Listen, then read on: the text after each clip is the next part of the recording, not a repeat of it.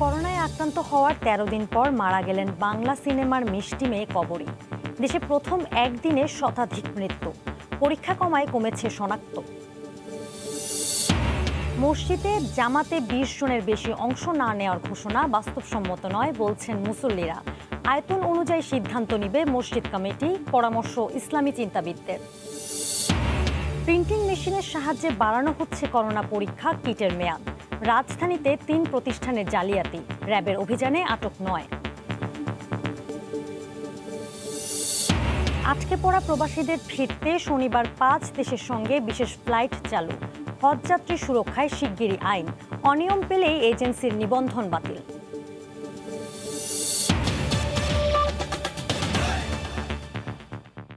দেখছিলেন শিরোনাম। প্রবাসের সময় সঙ্গে আছি আমি জেনিফার কামাল। করোনা আক্রান্ত হয়ে মারা গেলেন বাংলা সিনেমার মিষ্টি মেয়ে কবরী। তার মৃত্যুতে শোক জানিয়েছেন প্রধানমন্ত্রী শেখ হাসিনা। শুক্রবার রাত সোয়া ১২টার দিকে রাজধানীর শেখ রাসেল গ্যাস্ট্রো লিভার হাসপাতালে মারা যান তিনি। তার বয়স হয়েছিল ৭০ বছর। ১৯৬৪ সালে সুভাষ দত্তের সুতরাং ছবি দিয়ে চলচ্চিত্রে অভিষেক হয় কবরীর। এই মুহূর্তে রাজধানীর শেখ রাসেল গ্যাস্ট্রো লিভার হাসপাতালের সামনে আছেন রিপোর্টার ফারুক ভুঁইয়া রবিন। সরাসরি চলে যাচ্ছে তার কাছে। রবিন। জেনিফার, করোনায় প্রাণ কেড়ে নিল বাংলা চলচ্চিত্রের মিষ্টি মেয়ে খ্যাত সারা বেগম কবরীর প্রাণ। এবং আসলে যে কোভিড-19 মহামারীতে মৃত্যুর মিছিল যে বেড়েই চলছে এবং যে বিশিষ্টজনদের হারানোর যে মিছিল, তাতে কিন্তু যুক্ত হলো সারা বেগম কবরীর নাম। আপনারা জানেন যে আমরা হাসপাতাল সূত্রে যে বিষয়টি জানতে পেরেছি, শেখ রাসেল গ্যাস্ট্রো লিভার হাসপাতালে তিনি রাত ১২টা ২০ মিনিটে তিনি তার শেষ নিঃশ্বাস ত্যাগ করেছেন। এবং চিকিৎসকরা এখনো পর্যন্ত আমাদের সঙ্গে আনুষ্ঠানিকভাবে কোনো কথা বলেননি। তবে হাসপাতাল সংশ্লিষ্ট যারা আছেন তারা আমাদেরকে যেটি জানিয়েছেন যে আগামীকাল সকালে হাসপাতালের পক্ষ থেকে আনুষ্ঠানিকভাবে ব্রিফিং করা হবে এবং সকালেই তার মরদেহ নিয়ে যাওয়া হবে এবং তাকে আসলে যে কোথায় সমাহিত করা হবে কিংবা তার যে জানাজার বিষয়গুলো, সেগুলো কিন্তু এখনো পর্যন্ত চূড়ান্ত হয়নি। তার ছেলে হাসপাতালের ভিতরে রয়েছেন, তিনিও এখনো পর্যন্ত গণমাধ্যমের সঙ্গে কোনো কথা বলেননি। মূলত তার জানাজা এবং যে দাফনের বিষয়টি, সেগুলো আসলে যে পরবর্তীতে জানিয়ে দেওয়া হবে। তবে একটি বিষয় যদি আমি আপনাদেরকে জানাতে চাই, সারা বেগম কবরীর এই মাসের শুরুর দিকে তার শরীরে আসলে যে বেশ কিছু সমস্যা দেখা দেয়, যেগুলো যে খুসখুসে কাশি এবং জ্বরে আক্রান্ত হয়েছিলেন তিনি, যেগুলো আসলে যে কোভিড-19 যে উপসর্গ, সেই উপসর্গের কারণে তার মধ্যে দেখা দেওয়ার পরে তার নমুনা আসলে নিয়ে যাওয়া হয় এবং নমুনা নিয়ে যাওয়ার পরে তার পরীক্ষা আসলে ধরা পড়ে কোভিড-19 এবং সেটি আসলে ৫ তারিখে কোভিড-19 ধরা পড়ে এবং সে কোভিড-19 ধরা পড়ার পরে তাকে কুর্মিটোলা জেনারেল হাসপাতালে নিয়ে যাওয়া হয়েছিল। সেখানে এক পর্যায়ে যখন চিকিৎসকরা পরামর্শ দেন তাকে নিবিড় পরিচর্যা কেন্দ্র বা আইসিইউতে নিয়ে যাওয়ার জন্য, তখন কিন্তু যে ৮ এপ্রিল তাকে আসলে যে শেখ রাসেল গ্যাস্ট্রো লিভার হাসপাতালে তাকে আসলে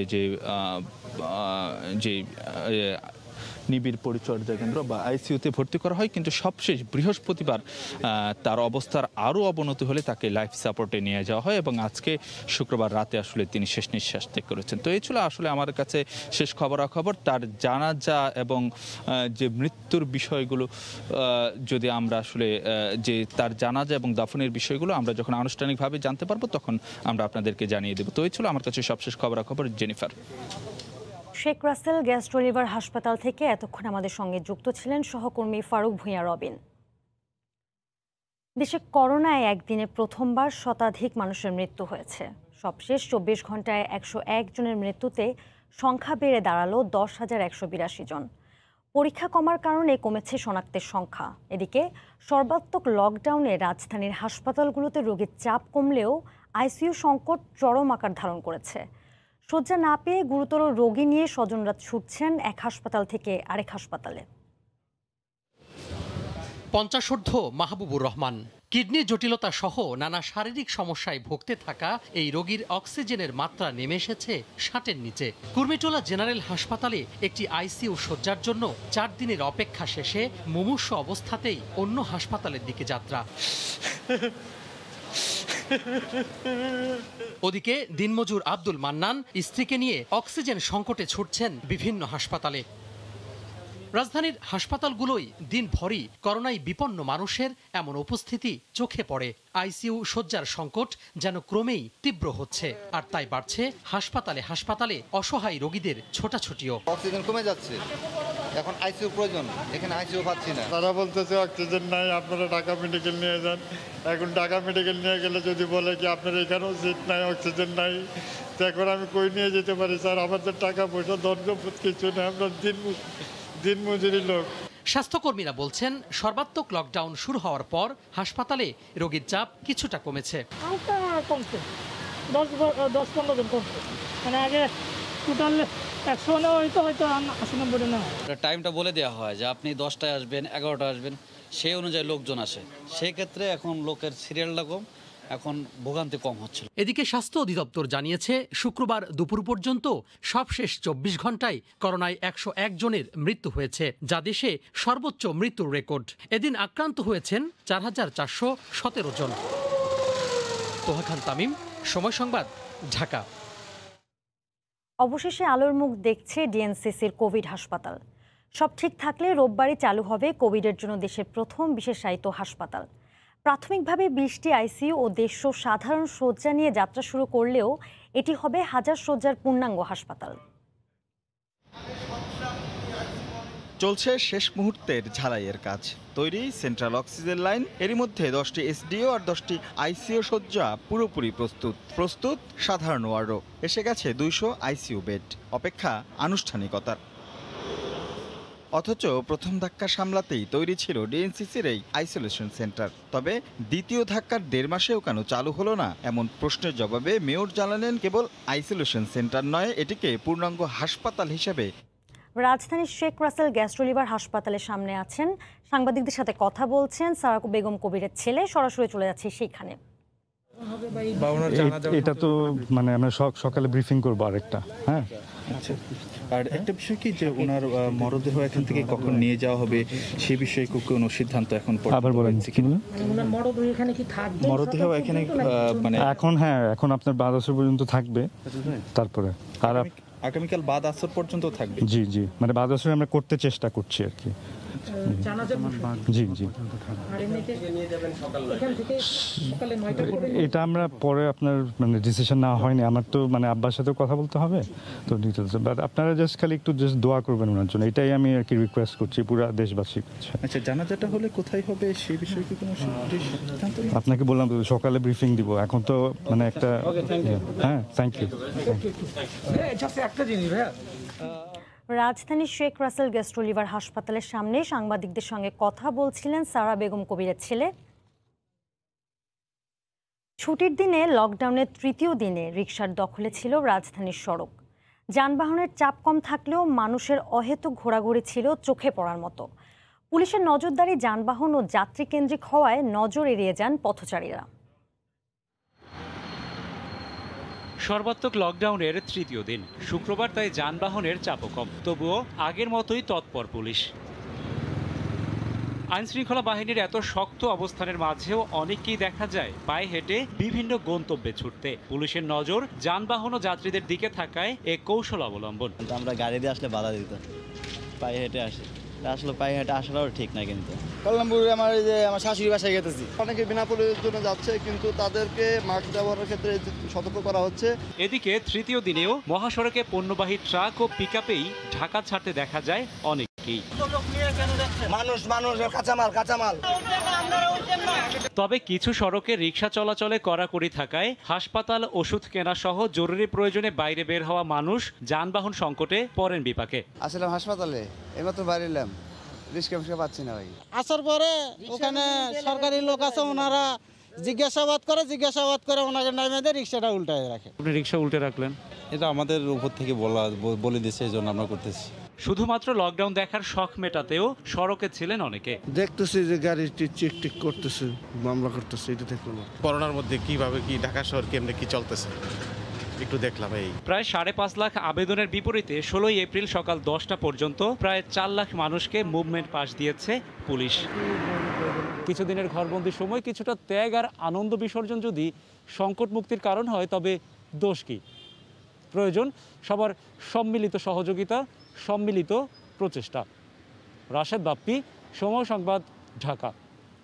করোনা সংক্রমণ ঠেকাতে এক মসজিদে সর্বোচ্চ 20 জন নিয়ে নামাজ আদায় করতে হবে, ধর্ম মন্ত্রণালয়ের এমন সিদ্ধান্ত বাস্তবসম্মত নয় বলে মনে করেন মুসল্লিরা। মসজিদের আয়তন অনুসারে জামাতে মুসল্লির সংখ্যা নির্ধারণে পরামর্শ দিয়ে ইসলামী চিন্তাবিদরা এই সিদ্ধান্ত পুনর্বিবেচনার দাবি জানিয়েছেন। শাকির আহমেদের রিপোর্ট। করোনা অতিমারির ঊর্ধ্বমুখী সংক্রমণ ঠেকাতে লকডাউন চলাকালীন মসজিদে 5 ওয়াক্ত ও তারাবির নামাজে খতিব, ইমাম, মুয়াজ্জিন, খাদেম ও মুসল্লি সহ সর্বোচ্চ 20 জন একসাথে নামাজ আদায় করতে পারবে বলে নির্দেশনা জারি করে ধর্ম মন্ত্রণালয়। মুসল্লিদের দাবি, ঢালাওভাবে এমন সিদ্ধান্তে জামাতে নামাজ আদায় থেকে বঞ্চিত হচ্ছেন তারা বলছেন, মসজিদের ধারণ ক্ষমতা বিবেচনা না করে সব আয়তনের মসজিদের জন্য মুসল্লির একই সংখ্যা নির্ধারণ করা গ্রহণযোগ্য নয়। স্বাস্থ্যবিধি মেনে অনেক মসজিদে পর্যাপ্ত জায়গা থাকার পরও নামাজ আদায় থেকে বঞ্চিত হচ্ছেন মুসল্লিরা।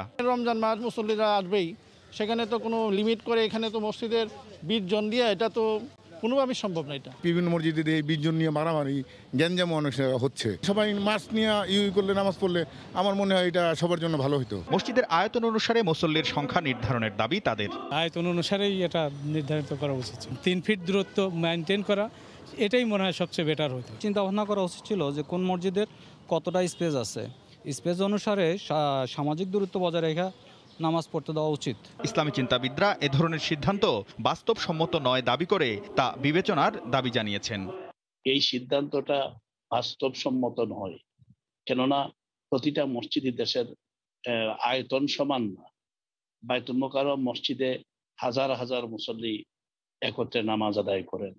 এখানে স্বাস্থ্যবিধি মেনে উল্লেখযোগ্য পরিমাণ মুসল্লিরা এখনো নামাজ পড়তে পারে। এইটা আরো আলাপ আলোচনা করে একটা সিদ্ধান্ত তাদের নেওয়া উচিত ছিল। এছাড়া রমজান মাসে রোজাদারদের ইবাদতে আগ্রহের বিষয়টি গুরুত্ব দিয়ে এ বিষয়ে দ্রুত যৌক্তিক সিদ্ধান্ত গ্রহণের দাবি মুসল্লি ও ইসলামী চিন্তাবিদদের। শাকির আহমেদ, সময় সংবাদ, ঢাকা। লকডাউনের কারণে আটকে পড়া প্রবাসী কর্মীদের জন্য শনিবার থেকে বিশেষ ফ্লাইট চালু হচ্ছে। সৌদি আরব, সংযুক্ত আরব আমিরাত, ওমান, কাতার ও সিঙ্গাপুর, এই 5টি দেশে প্রবাসী কর্মীদের পরিবহন করা হবে। যাদের টিকিট কাটা আছে তাদের নতুন করে আর টিকিট নিতে হবে না। করোনার দ্বিতীয় ঢেউ মোকাবিলায় মঙ্গলবার মধ্যরাত থেকে 1 সপ্তাহের জন্য বাতিল করা হয় সব দেশের সঙ্গে আন্তর্জাতিক ফ্লাইট। এতে ছুটিতে দেশে আসা প্রবাসী কর্মীদের কর্মস্থলে ফেরা অনিশ্চিত হয়ে পড়ে। হতাশায় মুষড়ে পড়েন ভিসা পাওয়া নতুন 1 লাখ কর্মী।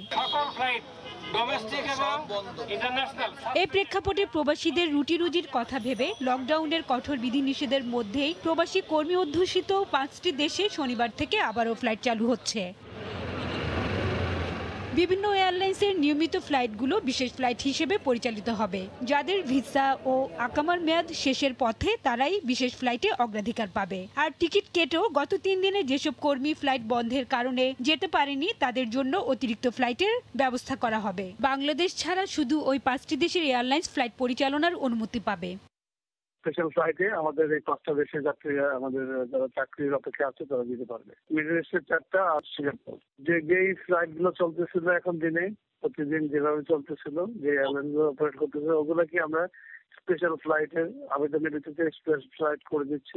এয়ারলাইন্সগুলোর বেশি ভাড়া নেওয়া বন্ধে তদারকির পাশাপাশি মধ্যপ্রাচ্যগামী অন্যান্য দেশের এয়ারলাইন্সকেও ফ্লাইট পরিচালনার অনুমতি দেওয়ার আহ্বান জানিয়েছে ট্রাভেল এজেন্টরা। মধ্যপ্রাচ্যগামী যত এয়ারলাইন্স বাংলাদেশ থেকে অপারেটেড হয় তাদের সবাইকে ফ্লাইট পরিচালনার অনুমোদন দিতে হবে। এর ফলে ভাড়া বেশি নেওয়ার যে প্রবণতা সেটা কমে যাবে। তবে জরুরি প্রয়োজন ছাড়া প্রবাসী কর্মীদের দেশে না আসার অনুরোধ করা হয়েছে। যারা আসবেন কোভিড নেগেটিভ সনদ থাকলেও তাদের 14 দিনের প্রাতিষ্ঠানিক কোয়ারেন্টিনে থাকতে হবে। হাজেরা শিউলি, সময় সংবাদ, ঢাকা। হজ ও উমরা ব্যবস্থাপনা নিশ্চিত করা এবং হজ যাত্রীদের স্বার্থ সুরক্ষায় আইন আসছে শিগগিরই। হজ ও উমরা এজেন্সিগুলো অনিয়ম করলে নিবন্ধন বাতিলের পাশাপাশি সর্বোচ্চ 50 লাখ টাকা জরিমানার বিধান রেখে হচ্ছে এই আইন। হাজেরা শিউলির রিপোর্ট। গত 50 বছরেও হজ ব্যবস্থাপনার জন্য হয়নি কোনো আইন। সৌদি কর্তৃপক্ষের পরিবর্তিত নীতি ও চাহিদার আলোকে প্রতি বছর নতুন নীতিমালা বা প্রজ্ঞাপন জারি করা হয়, কিন্তু আইনি কাঠামো না থাকায় হজ এজেন্সিগুলোর প্রতারণা বা অনিয়মের বিরুদ্ধে ব্যবস্থা নিতে অনেক ক্ষেত্রে সমস্যায় পড়তে হয় কর্তৃপক্ষকে। আইনটা হবে জনবান্ধব এবং বেসিক্যালি এই হজ ব্যবস্থাপনায় অধিকতর স্বচ্ছতা আনা, একটা লিগাল স্ট্রাকচারে আনার জন্য আইনটা করা হচ্ছে। কত জরিমানা করা যাবে সেটা সুনির্দিষ্ট ছিল না, এখন আমরা সুনির্দিষ্ট একটা ফিগার দিয়েছি। সর্বোচ্চ 50 লাখ টাকার জরিমানার বিধান এবং হজযাত্রীর শারীরিক ক্ষতির দায় এজেন্সিগুলোর ওপর চাপানো যৌক্তিক নয় বলে দাবি হজ এজেন্সিগুলোর। আপনার লাইসেন্সের দাম হচ্ছে 20 লক্ষ টাকা, আপনি এখানে শাস্তির বিধান করে রাখবেন 50 লক্ষ টাকা, তাহলে বাকি টাকা কোত্থেকে দিবে? বেসরকারি এবং সরকারি ব্যবস্থাপনা উভয় ব্যবস্থাপনার হজযাত্রীদের যাতে স্বার্থ সুরক্ষিত হয় সে বিষয়ে আমাদের সকলের খেয়াল রাখা উচিত। তবে ধর্ম মন্ত্রণালয় বলছে আইনটি সবার জন্য, শুধু বেসরকারি এজেন্সির জন্য নয়। হজযাত্রী যদি মনে করেন প্রয়োজনীয় সেবা দিতে ব্যর্থ হয়, আমরা হয়রানি বা ভোগান্তি করে নির্ধারিত যে আচরণবিধি করব আমরা একটা এজেন্সির জন্য, সেটা যদি লঙ্ঘন করে, এবার এই লঙ্ঘন যদি সরকারিভাবে যারা যাবে তারা যদি আমাদের গাইডরা করে বা আমাদের হজ অফিসের লোকরা করে, একই প্রযোজ্য এটা। প্রস্তাবিত আইনে কোনো এজেন্সির বিরুদ্ধে অনিয়ম ও দুর্নীতির অভিযোগ প্রমাণ হলে জামানত বাজেয়াপ্তের পাশাপাশি জরিমানা আদায়ে প্রয়োজনে সম্পত্তি ক্রয়ের বিধান রাখা হয়েছে। হাজেরা শিউলি, সময় সংবাদ, ঢাকা। হেফাজতে ইসলামের যুগ্ম মহাসচিব মামুনুল হকের নৈতিক স্থলনের বিষয়টি স্বীকার করে হতাশা ব্যক্ত করেছেন সংগঠনটির শীর্ষ নেতারা। তাকে বহিষ্কারের প্রস্তাবও করেছিল একটি অংশ, তবে সংগঠনটির আমির জুনায়েদ বাবুনগরী সে প্রস্তাব নাকচ করে দিয়েছেন। গ্রেফতার হওয়া হেফাজত নেতাদের জিজ্ঞাসাবাদের ভিত্তিতে এমন তথ্য জানিয়েছে পুলিশ। এছাড়া হেফাজতের সাম্প্রতিক তাণ্ডবে জামায়াত শিবির সহ জঙ্গিদের সম্পৃক্ততাও পাওয়া গেছে বলে জানায় পুলিশ। বুলবুল রেজা রিপোর্ট। হেফাজতে ইসলামের কেন্দ্রীয় সাংগঠনিক সম্পাদক আজিজুল হক ইসলামাবাদীকে রোববার গ্রেফতার করে পুলিশ। এছাড়াও এখন পর্যন্ত গ্রেফতার করা হয়েছে হেফাজতের সহকারী মহাসচিব মুফতি সাখাওয়াত হোসাইন রাজি, সাবেক প্রচার সম্পাদক মুফতি ফখরুল ইসলাম, ঢাকা মহানগর কেন্দ্রীয় কমিটির সহসভাপতি মাওলানা মঞ্জুরুল ইসলাম আফেন্দি এবং কেন্দ্রীয় কমিটির সহ প্রচার সম্পাদক মুফতি শরীফুল্লাহকে। মামুনুল হকের রিসোর্ট কাণ্ডের পর গেল রোববার হাটহাজারী মাদ্রাসায় জরুরি বৈঠকে বসেন কেন্দ্রীয় কমিটির নেতারা। বৈঠকে মামুনুল হকের নৈতিক স্খলনের বিষয়টি স্বীকার করে হতাশা ব্যক্ত করেন সংগঠনটির শীর্ষ নেতারা। সংগঠন থেকে তাকে বহিষ্কারের প্রস্তাব দেন আজিজুল হক ইসলামাবাদী। প্রস্তাব নাকচ করে দেন সংগঠনটির আমির জুনায়েদ বাবুনগরী। এই মুহূর্তে বহিষ্কার করা হলে তিনি গ্রেফতার হতে পারেন, ফলে এই সিদ্ধান্ত থেকে সরে আসা হয়। রিসোর্ট কাণ্ড তদন্তে 3 সদস্যের কমিটি করা হয়। কমিটিতে রাখা হয় হেফাজতের কেন্দ্রীয় নায়েবে আমির মাওলানা হাফেজ তাজুল ইসলাম, সহকারী মহাসচিব সাখাওয়াত হোসাইন রাজি এবং হাটহাজারী মাদ্রাসার সিনিয়র শিক্ষক ডক্টর মাওলানা নুরুল আফসার আজহারকে। তার এই অনৈতিক কর্মকাণ্ড নিয়ে তাদের অনেকেই এখন উষ্মা প্রকাশ করছে আমাদের কাছে। শুধু হেফাজত নয়, সাম্প্রতিক সহিংসতায় জামায়াত সহ জঙ্গিদেরও সম্পৃক্ততার প্রমাণ পাওয়া গেছে বলে দাবি পুলিশের। হেফাজতকে ঘিরে এবং হেফাজতের সাথে আরও কিছু গোষ্ঠী, বিশেষ করে জামাত শিবির থেকে শুরু করে যারা এন্টি গভর্নমেন্ট এলিমেন্ট আছে তারাও কিন্তু এই সুযোগকে কাজে লাগিয়েছে। তার ভিতর জঙ্গি গোষ্ঠীও আছে। বর্তমান প্রজন্মের স্বপ্নকে ধ্বংস করার জন্য হেফাজতের কর্মকাণ্ডকে যথেষ্ট বলে মনে করে পুলিশ। হেফাজত একাই এই স্বপ্নকে ভেঙে দেওয়ার জন্য যথেষ্ট। বুলবুল রেজা, সময় সংবাদ, ঢাকা।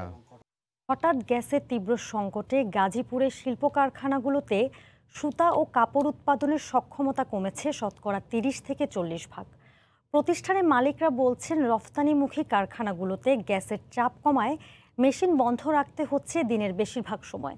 তাদের অভিযোগ, গ্যাসের চাপ কমে গেলেও সমাধানের উদ্যোগ নেই সংশ্লিষ্ট কর্তৃপক্ষের। জুনায়েদ রুবেলের ছবিতে রাজবুল হাসানের রিপোর্ট। 150 এখানে শো করার কথা, এই মুহূর্তে প্রেসার শো করছে মাত্র 10 থেকে 11। এত লো প্রেসারে আমাদের ফ্যাক্টরির প্রোডাকশন মেশিনারি চালানো বা জেনারেটর চালানো কোনোভাবেই আমাদের পক্ষে সম্ভব হয় না। দিনের শুরুতেই গ্যাস সংকটে প্রতিনিয়ত ব্যাহত করছে উৎপাদন কার্যক্রম। 15 PSI গ্যাসের চাপ থাকার কথা থাকলেও সম্প্রতি সেটি উঠানামা করছে 2 থেকে 8 ফলে গ্যাস নির্ভর স্পিনিং, টেক্সটাইল, সুতা কাপড় উৎপাদনকারী কারখানাগুলো পড়েছে চরম বিপর্যয়ের মুখে। সুতা কাপড় উৎপাদনকারী বহু কারখানায় গ্যাসের চাপ অতিমাত্রায় কম, ফলে দিনের বেশিরভাগ সময় প্রায় অর্ধেক উৎপাদন যন্ত্র বন্ধ রেখেই চালাতে হচ্ছে কারখানা। তাই সমস্যা সমাধানে দ্রুত উদ্যোগের দাবি তাদের। জোর দাবি জানাচ্ছি যে গ্যাসের কর্তৃপক্ষ ওনার জন্য আমাদের এই সমস্যার জন্য সমাধান করার ব্যবস্থা করেন এবং গ্যাসের যে প্রেশারটা সেই প্রেশারটা যেন আমরা সঠিকভাবে পাই। ইনফ্রাস্ট্রাকচার আছে, মেশিনপত্র আছে, সব কিছুই আছে, বাট শুধুমাত্র গ্যাসের কারণে আমরা প্রোডাক্টিভিটি দিতে পারতেছি না। গ্যাসের চাপের বিষয়ে যোগাযোগ করা হলে এ বিষয়ে কথা বলতে রাজি হয়নি তিতাস কর্তৃপক্ষ। আমাদের মন্ত্রণালয় আছে, সংশ্লিষ্ট ডিপার্টমেন্ট আছে, আমাদের খবর দেওয়া যাবে না। হ্যাঁ, এমডি পারমিশন ছাড়া। শিল্প পুলিশের দেয়া তথ্য মতে গাজীপুরে 3000-এর বেশি তৈরি পোশাক কারখানা রয়েছে। এর মধ্যে সদর ও শ্রীপুরের বেশ কয়েকটি কারখানায় তীব্র গ্যাস সংকট রয়েছে। রাজিবুল হাসান, সময় সংবাদ, গাজীপুর। লাখ লাখ টাকা খরচ করে জেলেরা সাগরে গেলেও তাদের জালে ধরা পড়ছে না কাঙ্ক্ষিত মাছ। খালি ট্রলার নিয়েও ফিরছেন অনেকে। জেলেদের দাবি, গত কয়েক মাস ধরে সাগরে মাছের আকাল চলছে। আরও জানাচ্ছেন সুজাউদ্দিন রুবেল। বাঁকখালী নদীর তীরে ট্রলার ফিরছে মাছ নিয়ে, তবে পরিমাণ একেবারেই কম। আবার অনেক জেলে ফিরেছেন খালি ট্রলার নিয়ে। জেলেরা বলছেন সাগরে মাছের আকাল চলছে, জাল ফেললেও মিলছে না মাছের দেখা। ফলে ট্রলারে খাবার শেষ হয়ে যাওয়ায় সামান্য মাছ নিয়ে ফিরতে বাধ্য হচ্ছেন ঘাটে। মাছের অবস্থা খুবই খারাপ, এবছরের তুলনায় একদম মাছ নেই। দাম বাড়তে এখন রমজান মাসে মনে করেন মাছ কম সাগরে। আমাদের এখানে মাছ নাই, আমাদের ব্যবসা নাই, আর লকডাউন দিছে সরকারে। কক্সবাজার মৎস্য অবতরণ কেন্দ্রে সবসময় ভরা থাকে সামুদ্রিক মাছে, কিন্তু এখন অবতরণ কেন্দ্রে মাছের আকাল। ফলে মাছের দাম বাড়তি, যে কারণে লোকসান গুনতে হচ্ছে বলে দাবি মৎস্য ব্যবসায়ীদের। অন্য বছর তোমার এবছর মাছ কম। 1 লাখ টাকা খরচ করতে ভাই, মাছ পাই 1.5 লাখ টাকার, 10-20 হাজার টাকা 30 হাজার টাকা এরকম বিক্রি করতেছে। মৎস্য অবতরণ কেন্দ্রের মার্কেটিং কর্মকর্তা জানালেন, রাজস্ব আদায় কম হওয়ার পাশাপাশি সাগরে মাছের আকাল চলায় জেলেদের মাছ শিকারে পাঠাচ্ছেন না অনেক ট্রলার মালিক। আমাদের প্রায় অর্ধেকের রাজস্ব আয়ও কমে গেছে, মাছের অবতরণও পরিমাণ কমে গেছে। গেল বছর কক্সবাজার মৎস্য অবতরণ কেন্দ্রে ফেব্রুয়ারি, মার্চ ও 14 এপ্রিল পর্যন্ত অবতরণ হয়েছিল প্রায় 2700 মেট্রিক টন সামুদ্রিক মাছ, কিন্তু এবছর অবতরণ হয়েছে 1600 মেট্রিক টন মাছ। সুজাউদ্দিন রুবেল, সময় সংবাদ, কক্সবাজার। ভোলায় এই মৌসুমে তরমুজের বাম্পার ফলনের পরও শেষ মুহূর্তে লকডাউনের কারণে হতাশ কৃষক ও ব্যাপারীরা। মৌসুমের শুরুতে তরমুজ খেতে ঢাকা, চট্টগ্রামের ব্যাপারীদের উপচে পড়া ভিড় থাকলেও এখন নেই একেবারে। ফলে শেষ মুহূর্তে লাভের পরিবর্তে লোকসানের আশঙ্কা চাষিদের। তবে কঠোর লকডাউনের অব্যাহত থাকলে বিকল্প উপায়ে তরমুজ বিক্রির পরিকল্পনার কথা জানায় কৃষি বিভাগ। নাসির উদ্দিন লিটনের তথ্য ও উৎপল দেবনাথের ছবি নিয়ে রিপোর্ট। চরফ্যাশনে নজরুলনগরের কৃষক জেবুল হক খেতে তরমুজ কেটে সারি সারি স্তূপ করে রেখেছেন ক্রেতার অপেক্ষায়। ফলন পাকার আগে ব্যাপারীরা অগ্রিম দাম দর করলেও সর্বাত্মক লকডাউন শুরু হয়, ক্রেতা পাচ্ছেন না। ভেলোমিয়ার টুমচরের চাষি বাছেদ প্রথম মৌসুমে 12 গন্ডা জমির তরমুজ বিক্রি করে লাভবান হন। এখন ক্রেতা না থাকায় বাকি 15 গন্ডা জমির তরমুজ নিয়ে লোকসান আতঙ্কে আছেন। জেবুল হক আর বাছাদের মতো কয়েকশো চাষি শেষ মৌসুমের তরমুজ নিয়ে চরম বিপাকে কৃষক। এখন আমার 15 গন্ডা জমিন লাগতো, আগের বাজার থাকলে 2.5 লক্ষ টাকা, এই তরমুজ আমার মাত্র 1.5 লক্ষ টাকা। লকডাউনের আগে ব্যাপারী যাইতো, এখন আর ব্যাপারী পত্র নাই, আমাকে মাল বেচা কিনি হয় না। মাল বেচতে পারতেছি না, মাল তো খেতে ফিরে রয়েছে, বেচতে পারি না। আগে যে মালটা বেচা কিনি হয়তো 12,100, এই মালটা 6,000 টাকা। এদিকে লকডাউনের কারণে বেচাকেনা সীমিত হয়, মোকামের চাহিদা কমায় লোকসান গুনতে হচ্ছে বলে দাবি ব্যাপারীদের। কৃষি বিভাগের কর্মকর্তারা বলছেন, কৃষকের ক্ষতি এড়াতে লকডাউন দীর্ঘ হলে বিকল্প উপায়ে বিক্রির উদ্যোগ নেওয়া হবে। কঠিন কোনো লকডাউন যদি আসে সেক্ষেত্রে হয়তোবা কৃষকরা এই বিষয়টা নিয়ে চিন্তা আশঙ্কা থাকতে পারে। বিভিন্ন ধরনের মানুষ যারা ক্রয় করে তরমুজ অন্যান্য সামগ্রী, তাতে তো বাধাগ্রস্ত হওয়ার কোনো সুযোগ নাই।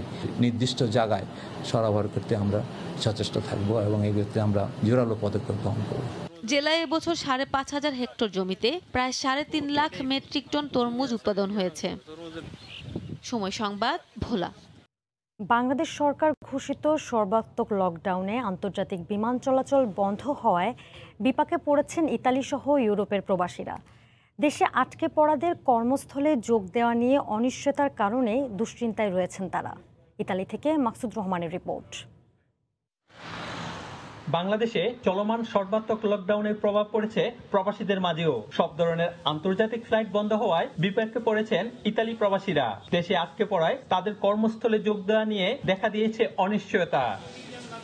এছাড়াও ভ্রমণ শিডিউল পরিবর্তন হওয়ায় অসাধু ট্রাভেল এজেন্সি এবং এয়ারলাইন্সগুলো টিকেটের কৃত্রিম সংকট সৃষ্টি করে প্রবাসীদের কাছ থেকে টাকা হাতিয়ে নেওয়ার সুযোগ পাচ্ছে।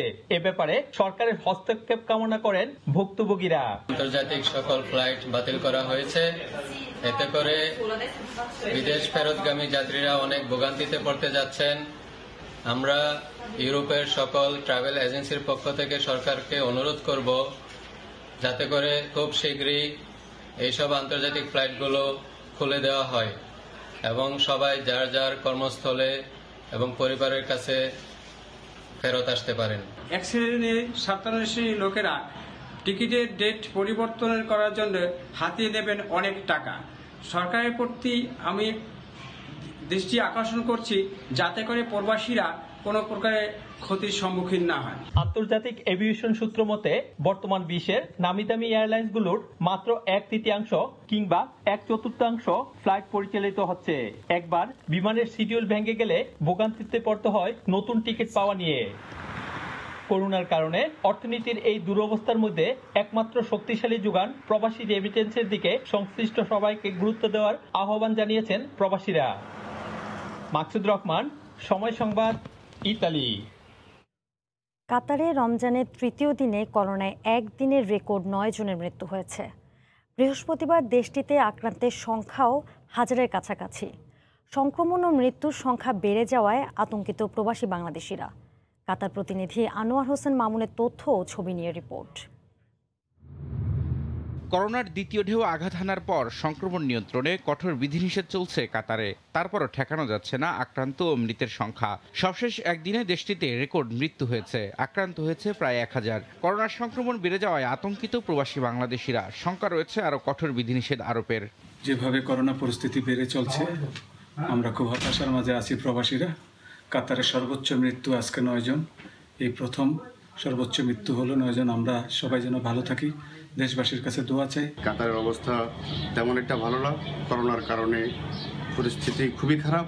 আমরা সবাই ভালো আছি, করোনা আক্রান্ত দিন দিন বাড়তে আছে। সবাই দোয়া করবেন আমাদের জন্য সুস্থভাবে থাকতে পারি। অভিবাসী ও স্থানীয় নাগরিক মিলিয়ে 26 লাখের বেশি জনসংখ্যার দেশটিতে এরই মধ্যে প্রায় 12 লাখের মতো মানুষকে বিনামূল্যে করোনা ভ্যাকসিন দেওয়া হয়েছে। দেশটিতে বর্তমানে চিকিৎসাধীন রোগীর সংখ্যা 21,000-এর বেশি। এখন পর্যন্ত 40 জন বাংলাদেশি সহ করোনায় মারা গেছেন 350-এর বেশি। সময় সংবাদ, দোহা, কাতার। মালয়েশিয়ায় বসবাসরত প্রবাসী বাংলাদেশিদের পছন্দ মতো নিয়োগকর্তা খোঁজার সুযোগ করে দিতে চাকরির খোঁজ নামে একটি অনলাইন পোর্টাল উদ্বোধন করা হয়েছে সম্প্রতি। তবে বাংলাদেশ হাইকমিশনের এই উদ্যোগকে নিয়ম বহির্ভূত দাবি করে এর সমালোচনা করেছেন দেশটির মানব সম্পদ মন্ত্রী দাতুক সেরি এম সারাভানান। জবাবে হাইকমিশন জানিয়েছে এই পোর্টাল দেশটিতে থাকা বাংলাদেশিদের বৈধতা দিতে সহায়তা করবে। মালয়েশিয়ায় বসবাসরত প্রবাসী বাংলাদেশিদের সহজ সেবা প্রদানের লক্ষ্যে এবং দেশটিতে যারা অবৈধ রয়েছে তাদের পছন্দমতো নিয়োগকর্তা খুঁজে রিক্যালিব্রেশনে বৈধতা গ্রহণ করতে গত 8 এপ্রিল রাতে মালয়েশিয়াস্থ বাংলাদেশ দূতাবাসের উদ্যোগে এক ভার্চুয়াল সভার মাধ্যমে চাকরির খোঁজ নামে একটি অনলাইন পোর্টাল আনুষ্ঠানিক উদ্বোধন করেন প্রবাসী কল্যাণ ও বৈদেশিক কর্মসংস্থান মন্ত্রী ইমরান আহমেদ এমপি। মালয়েশিয়ায় বসবাসরত প্রবাসীরা বলছেন দূতাবাসের এমন উদ্যোগে খুশি থাকলেও কতটা সেবা পাবেন সেটা নিয়েও শঙ্কিত প্রবাসীরা। মালয়েশিয়ান সরকার এখন যে নতুন আইন চালু করেছে, জানি না আমাদের জন্য কি ভালো হবে কি না। চাকরির খোঁজে অনলাইন পোর্টাল যে ব্যবস্থাটা করেছেন, ইহাতে আমরা বাংলাদেশি প্রবাসীরা, বাংলাদেশি কর্মী ভাইরা অনেক উপকৃত হয়েছি। এটা হলে সকল প্রবাসী খুব সুন্দরভাবে তাদের চাকরি এবং চাকরি খুঁজে নিতে পারত। সম্প্রতি চাকরির খোঁজ নামে ওই অনলাইন পোর্টাল চালু করায় এটিকে নিয়ম বহির্ভূত দাবি করে হাইকমিশনের এমন পদক্ষেপ নিয়ে বিস্ময় প্রকাশ করেছে মালয়েশিয়ার মানব সম্পদ মন্ত্রী দাতুক সেরি এম সারবানান। এবং কি এমন পোর্টাল চালু করা মালয়েশিয়ার নীতিমালার বহির্ভূত বলেও তিনি উল্লেখ করেন। মালয়েশিয়ার কুয়ালালামপুর থেকে মোহাম্মদ আব্দুল কাদের, সময় সংবাদ। কদিন আগে আয়ারল্যান্ডের ডাবলিনের ড্রামকুন্ডার সেন্ট্রা শপে চোরকে ধরতে গিয়ে এক বাংলাদেশের মৃত্যু হয়। কর্মক্ষেত্রে আকরাম হোসেনের এই অকাল মৃত্যুতে শোকের ছায়া নেমে এসেছে আইরিশ সহ স্থানীয় বাংলাদেশিদের মাঝে। আয়ারল্যান্ড থেকে সৈয়দ জুয়েলের রিপোর্ট। আয়ারল্যান্ডের সেন্টার শপে কাজ করতেন বাংলাদেশের আকরাম হোসেন। কর্মরত অবস্থায় দেখতে পান এক চোর দোকানের মালামাল নিয়ে দৌড়ে পালাচ্ছেন। সাথে সাথে তিনিও দৌড়ে ওই চোরকে ধরার চেষ্টা করেন। দৌড়ানোর সময় স্ট্রোক করে ঘটনাস্থলেই মারা যান তিনি। এই খবর গুরুত্বের সঙ্গে প্রচার করে আইরিশ পত্রিকাগুলো। আকরাম হোসেনের সাহসিকতা ও দায়িত্বশীলতাকে সম্মান জানাতে ডামকুন্ডা আইরিশ কমিউনিটি ও সেন্টার কর্তৃপক্ষ মিলে আই ডোনেট নামে একটি তহবিল খোলেন, যেখানে আইরিশ সহ অনেক বাংলাদেশি অর্থ দেন। তহবিলে জমা হয়েছে ৩৯,০০০ ইউরো, যা বাংলাদেশি টাকায় ৩৯ লাখ টাকার মতো। দ্রুত এই অর্থ বাংলাদেশে পাঠানোর বিষয়ে বুধবার বাংলাদেশি কমিউনিটির নেতাদের সঙ্গে এক আলোচনা সভা অনুষ্ঠিত হয়। আকরাম হোসেনের মৃত্যুর পর তার পরিবারের পাশে থাকার জন্য সেন্টার কর্তৃপক্ষ ও স্থানীয় আইরিশদের প্রতি কৃতজ্ঞতা প্রকাশ করেছেন বাংলাদেশ কমিউনিটির নেতারা। It was pathetic, but it is painful for us. But the sympathy, the help you have done, we do appreciate from the Bangladeshi community in Ireland. We all highly appreciate your contribution towards Akram and the Bangladeshi community. The effort you made is really, really great. এর আগে গত 14 April বিকেলে কাতার এয়ারওয়েজের একটি বিমানে Ireland থেকে আকরাম হোসেনের মরদেহ বাংলাদেশে পাঠানো হয়। আকরাম হোসেনের পরিবারের জন্য যে অর্থ জমা হয়েছে তা শীঘ্রই পরিবারের কাছে পাঠানোর কথা জানিয়েছেন সংশ্লিষ্টরা। নিজের জীবন বিলিয়ে দিয়ে কর্মক্ষেত্রে যে দায়িত্ববোধের পরিচয় দিয়েছেন, এতে করে এখানে আইরিশ সহ স্থানীয় বাংলাদেশিরা দীর্ঘদিন ধরে মনে রাখবেন তাকে সম্মানের সাথে। সৈয়দ জুয়েল, সময় সংবাদ, আয়ারল্যান্ড। ফ্রান্সের রাজধানী প্যারিসের অদূরেই রয়েছে অনেক ডেইরি ফার্ম। নগরবাসীর মাংস ও দুধের চাহিদা মেটায় এসব ফার্ম। পাশাপাশি পাওয়া যায় নানা রকম শাকসবজিও। ফার্মে থাকা হরিণ, ময়ূর সহ নানা ধরনের পশু পাখি শিশুদের আনন্দ দিয়ে থাকে। প্যারিসের ডেইরি ফার্ম ঘুরে এসে সে খবর জানাচ্ছেন লুৎফুর রহমান বাবু। রাজধানী প্যারিসের পাশেই রয়েছে বেশ কয়েকটি ডেইরি ফার্ম, যেখানে পাওয়া যায় মাংস, খাঁটি দুধ, পনির ও ডিম সহ আরও অনেক কিছু। প্যারিসের অদূরে এমনই একটি ডেইরি খামার যার নাম ফার্ম দে কন্দু। এতে গরু, ভেড়া ও ছাগলের পাশাপাশি বিনোদনের জন্য রয়েছে ময়ূর, হরিণ ও কবুতর সহ নানা প্রজাতির পশু পাখি। সাপ্তাহিক ছুটির দিন ছাড়াও অন্যান্য দিনেও ক্রেতাদের ভিড় থাকে ফার্মটিতে। তবে সাপ্তাহিক ছুটির ভিড় থাকে সবচেয়ে বেশি। প্যারিস থেকে ট্রেনে করে অথবা ব্যক্তিগত গাড়িতে যাওয়া যায় এ ফার্মটিতে। অনেকেই পরিবার পরিজন নিয়ে ঘুরতে যান সেখানে। যান্ত্রিক জীবনের কিছুটা বাইরে গিয়ে শিশুরা পশু পাখির সাথে খেলতে পারে। ফেরার পথে মাংস, দুধ সহ নানা খাদ্যপণ্য কিনে আনেন। এখানে আমরা ফ্রেশ খাবারের জন্য আসি। এখানে গরু, তারপরে মুরগি, ডিম, গরুর দুধ এখান থেকে আমরা নিয়ে যাই বাসায়, খুবই টাটকা একদম। তাজা মাছ মাংসের এ ধরনের ডেইরি ফার্ম ছাড়াও ফলমূল ও শাকসবজির জন্য আলাদা অনেক খামারও রয়েছে ফ্রান্সে। মোহাম্মদ লুৎফুর বাবু, সময় সংবাদ, প্যারিস।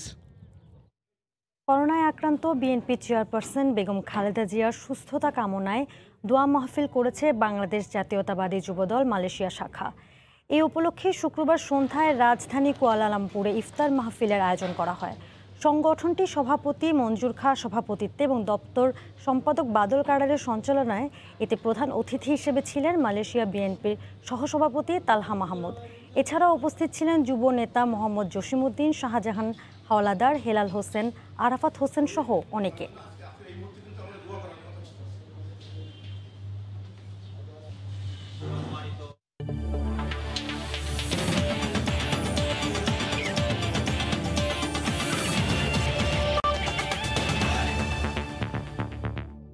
শ্রীলঙ্কায় কোয়ারেন্টিন শেষে দ্বিতীয় দিনের মতো অনুশীলন করেছে বাংলাদেশ ক্রিকেট দল।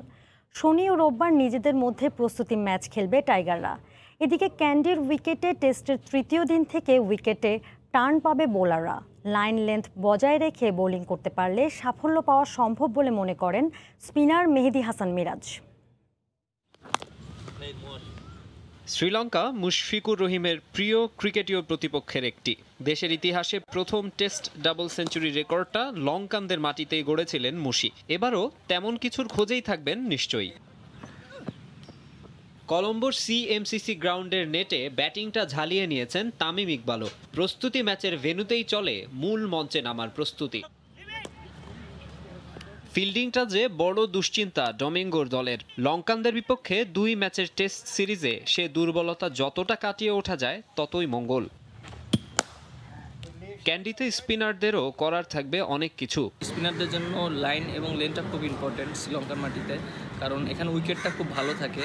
আর আমি মনে করি যে হয়তো 1-2 দিন ওইরকম নাও কাজ করতে পারে, বাট যখন 3-4 দিন চলে যাবে তখন কিন্তু উইকেটে হেল্প থাকে। শ্রীলঙ্কায় গেল কয়েক বছরে বাংলাদেশের পারফরমেন্স ভালো খারাপ মিলিয়ে, তবে মিরাজদের সবচেয়ে বড় অনুপ্রেরণা 2017 সালে 100তম টেস্টের জয়। আমরা যখন 100তম টেস্ট ম্যাচ জিতেছিলাম খুব ভালো লেগেছিল, কারণ শ্রীলঙ্কার মাটিতে আমরা প্রথম ম্যাচ জিতেছিলাম শ্রীলঙ্কার সাথে।